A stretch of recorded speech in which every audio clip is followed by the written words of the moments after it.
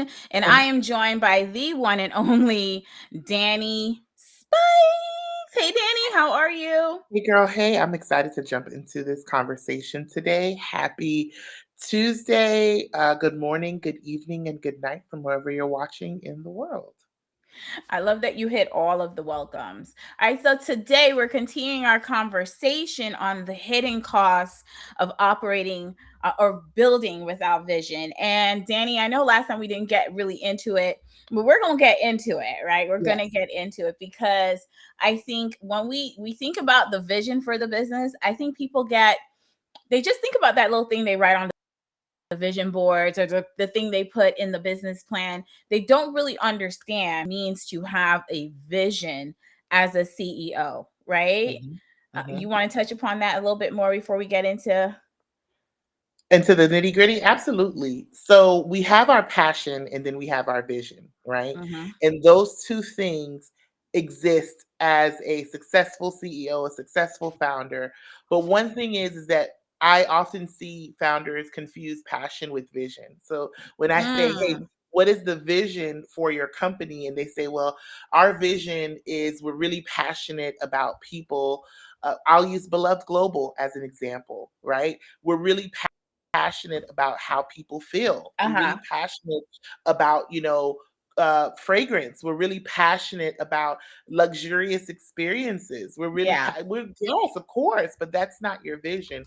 Our vision, in one succinct, clear line, is we're on a mission to give the world a hug using scent. Right? Ooh. That is a global mission. It's Yeah. clear on what, who, what, when, where, and why. I love What about that. yourself? First of all, I don't think you love it. You're obsessed with it. Okay, you're being Absolutely. cute. You're obsessed with it. Obsessed, obsessed. And for me, when I think about vision, right? So I have 4 children. I still can't believe that sometimes. And for me, as the mom, I feel I almost look at myself as the founder for these 4 individual companies. They all Mhm, have mhm, individual needs, they all have individual agendas, they all got individual obsessions and desires. But I have to have that vision as the mhm, mhm. mother that's guiding all of these 4 different companies on 4 different missions. They operate totally different. And I think if Mhm. you, as a CEO, think about that, how important that vision is, because when you are bringing people into the company, right? And we're talking about not you hustling, we're talking legitimately, hey, even if you're a solo right now, one day you're going to be in this position. So don't tune out because you're in the solo space. Like, definitely Mhm, tune in, right? Because that's mhm. where you want to go. But even now, as the single side hustle, only person working in a business wearing all the hats, you still need a vision of where this Yes. thing is going to go, Mhm. right? Absolutely. Yes. And when oftentimes, so our most recent corporate client was Kaiser Permanente. We'll be sharing that win very shortly. But when people see my experience as a coach, when they see my experience as a fragrance house, they're like, how do you get the NBA and USAA Bank to buy into what it is that you're doing? How do you get Kendra, how do you get both, these high-end celebrities, the who's who Yeah. in the celebrity world? I don't know if NDAs mean you can't drop your clients' names, right? But also, you also get the day-to-day entrepreneur who has something that they're passionate about. And the reason why we're able to do that is because we have a very clear vision. People aren't necessarily buying into what it is that you're doing. They're buying into why, how, where, and when you're doing it. Hmm. So when you can articulate your vision as a business owner, listen, this is where we are now, Yeah. but that's not important. Where we are now is not the only thing. It's where we're going. Where we're going a year from now, 6 months from now, 3 years from now, 5 years from now, 100 years from now. This is how we're going to exist in the landscape, right? And so oftentimes people will be, how do I get Meta as a client? Well, when you're small and you don't have all of these grandiose things to do, what you do have, what everyone has, whether you're a solopreneur, Hmm. whether you're a Fortune 100 company, Everyone can have vision, and vision requires strategy, it requires intention, and it requires diligence and discipline. That's why we're here. You didn't have to come in so hot, Danny. We You, got you didn't. 15 minutes. So Danny said, "Don't play with me today. Don't play with it, It's don't a play with it, don't play with it, don't Tuesday. play with Don't it. play with it. Don't play with it. Don't play with it." So can I ask you this then? Like from Mhm. a relational standpoint, how does like lack of a long-term vision affect the way a CEO connects with their team, clients, or investors? Like how does it affect all the things? So I'm going to take it out of the boardroom and Okay. bring it into real life, right?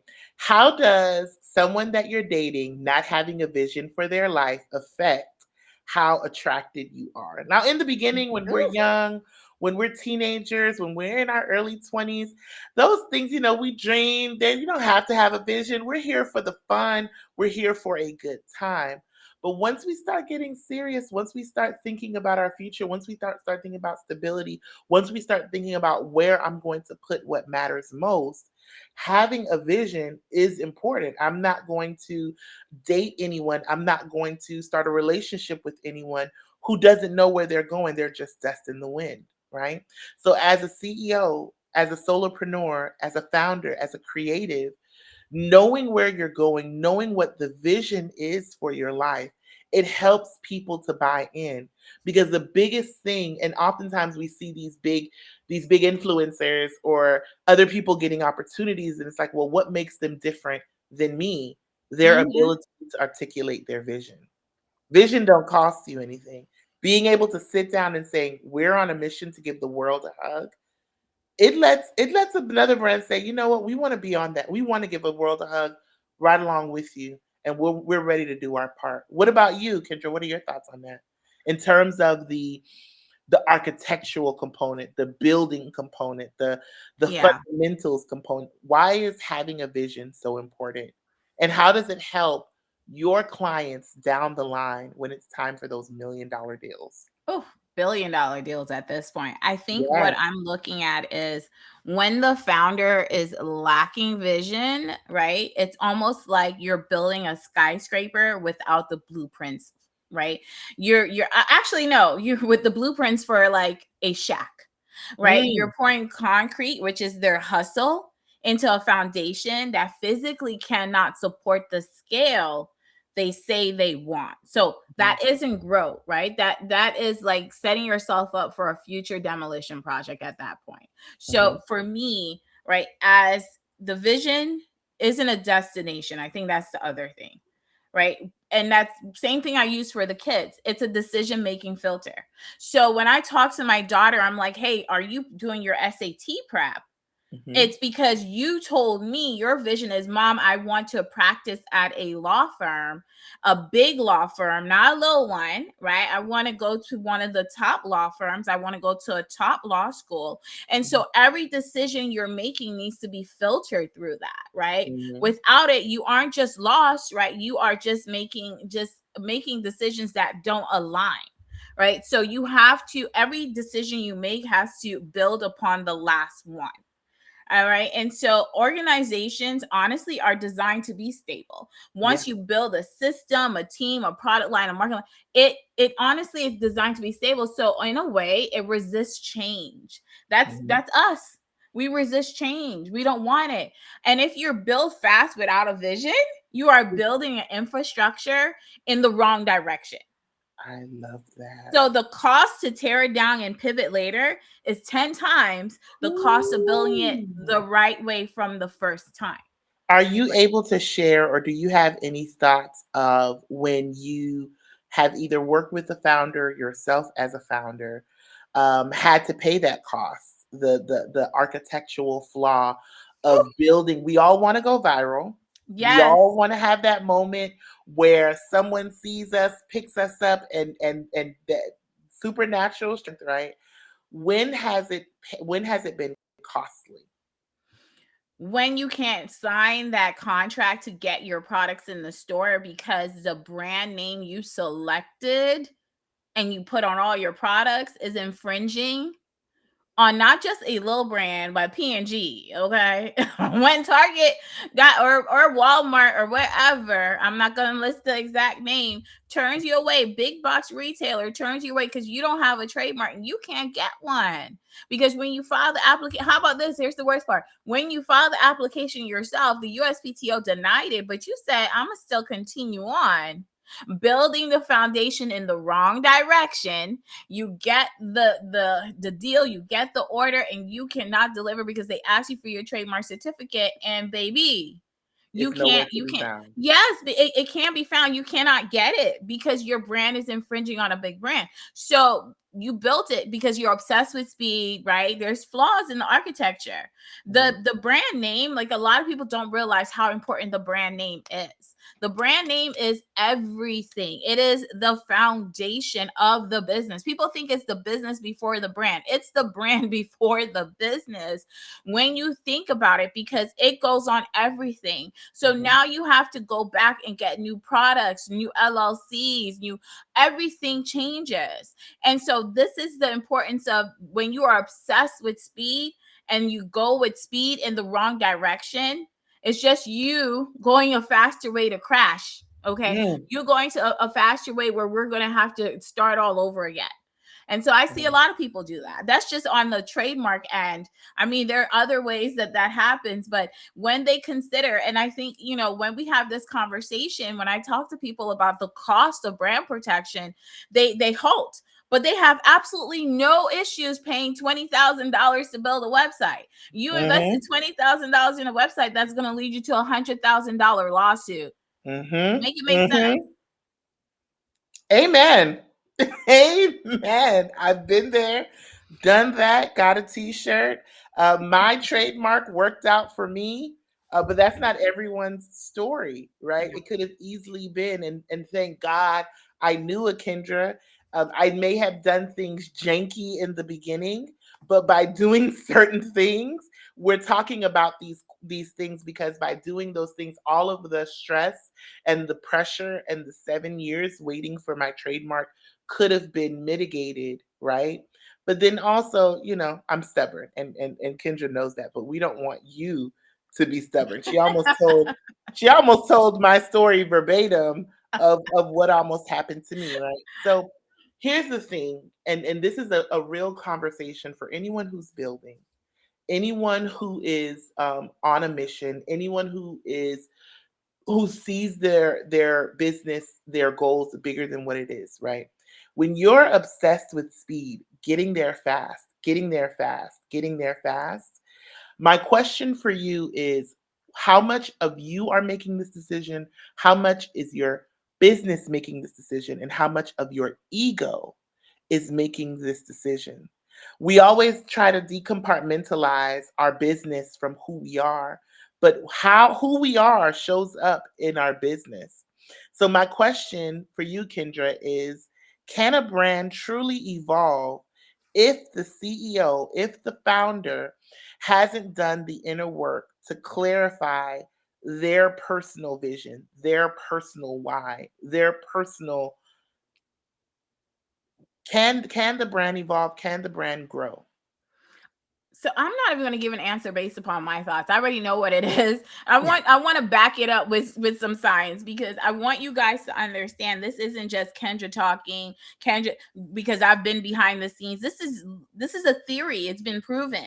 It proves that an organization, a business, is a direct reflection of the CEO's cognitive base and values. Your business is going to reflect you, right? So the business cannot outperform the founder's own clarity. One more time for the people in the back, and we're going to say this slowly so that Okay. it can marinate and it can really permeate your mind. Your business cannot, will not outperform you Mhm. in the short term and in the long term. Yeah. Your business cannot and will not. When you see people having amazing opportunities, right? And then it's like they just burn out, it's like the business just goes away. Mhm. That business outperformed the founder, the CEO, and then it couldn't sustain. And then at you all. also see businesses slow and steady. Every year they're doing, well, first there was this client, now they done got to, oh, Yeah. okay. That is an intentional founder and CEO who's realizing that as long as I am making ego based decisions, nobody wins. Can Once we? I start Ooh. making decisions from a Mm-hmm. place where I'm listening to the business, I'm listening to my therapist, I'm listening to Danie and Kendra, I'm being strategic, I'm being consistent, everyone wins. That part. That part. Or I do want to add one more. A lot of times it's fueled by their why, right? And the why is usually I want to make this much money, right? It's purely financial. And you Mhm. mentioned like the burnout. So you will burn out because money is not a fuel source potent enough to survive the pressure of scaling to 10 million, 1 billion. You need a vision that is bigger than your bank account to survive the valley of death in business. Let me just repeat that. You need a vision that is bigger than your bank account to survive the valley of death in business. Y'all in the back. Let me just say it one more time. Your Yes. vision too small. You need a vision that is bigger than your bank account to survive the valley of death in business. Mm. And so now we've given all the insight. You need a vision, you need a vision, you need a vision. I don't believe in ever showing up without providing practical tools, right? It seems Yeah. simple, it seems small, but the truth of the matter is I'm never going to show up anywhere and tell you what you need to do without how you need to do it. That's how I bring Hmm. value to the world, right? That's my form of tithing. So my question for every founder here is what exactly are you building? When you think of why you want to build it, what are you building? Yeah. Is the thing that you are building reflective of the vision that you have of yourself 5 years from now? When you Mm. think of the perfect day in business, the perfect day in life, and you're a founder, what you're building today, what is on that paper today, right now, is it congruent? Is it the same as what you see for yourself 5 years from now? If Mm. there is anything that is not equal, that is where we need to start, because sometimes it's not even your ability to dream or your ability to see what you're putting on paper and what you're putting on words isn't actually the vision. What is one thing Mm. that you would give, one tool, one piece of some resource, Kendra, that you would give for the founder who is looking to become more clear and succinct with their vision? Oh, that's a good one. Mhm. I would say make sure it's in alignment with self, right? You don't want, how many like CEOs we've seen that are very successful, but they're miserable because there wasn't an alignment with themselves and the business, right? And so instead of building a legacy, they built a cage. You don't want to build a cage. You want to build a legacy. So when I think about anything that I do, I think about not my kids, not my grandkids. I'm thinking my great grandkids. Like, how Mhm. is this going to outlive me so that Mm. they can benefit from what I've done? So I'm not working for my daughter, my son. I'm not working for these people. Don't let them fool you. I'm working for generations to come. And when I think about it that way, it changes my decision making. Right. Mm. And so you have to do that. So you have to architect the inner vision before you can lead anyone, before you can have any expansion anywhere. You need to architect that. Mhm. Right. And so what is your inner vision? Because every decision is going to align up with that. And so that's where I would start. For me, giving any advice is like, what do you want to see once you what is your legacy you're going to leave, Absolutely. right? I'll give a quick story time of myself and vision. When we started Beloved Box in 2016, it was divinely inspired. I started with scrubs and massage. It was actually really a massage oil candle. And then that began to grow. I did not realize the full vision of us being a fragrance house until much later. And oftentimes, the mission was always give a world a hug using scent. Mhm. But because we were so clear on this is the vision, sitting down one day, it was like, you're a fragrance house because that's what fragrance houses do. They create scent, Mhm. right? And so as you expand, as you grow, as you experience, as you touch and you taste and you feel, your vision will also expand. And it's supposed Yeah. to do that. It's okay if you Ooh. don't have all the right answers, but what's not okay is not seeking them, right? From the very beginning. Mm. Listen, Kendra, I gotta go. I know you gotta go too. This was awesome. This was a nice little snack, a little quick something to Oh, nosh on. We'll be back yes. next week, Tuesday at the same time. Yes. If you're listening to this and realize you have the hustle, but you've lost the blueprint, you've lost your vision, and you feel the friction in yourself, your team, your business, and you want more, come back next week. Okay.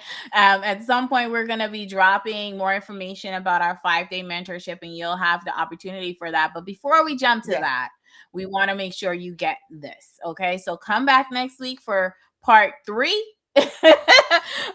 Different topic, but we gonna be helping you get to where you need to go. Danie, hop on. I understand. You have a good one, guys. Bye. Come back next week. Bye bye.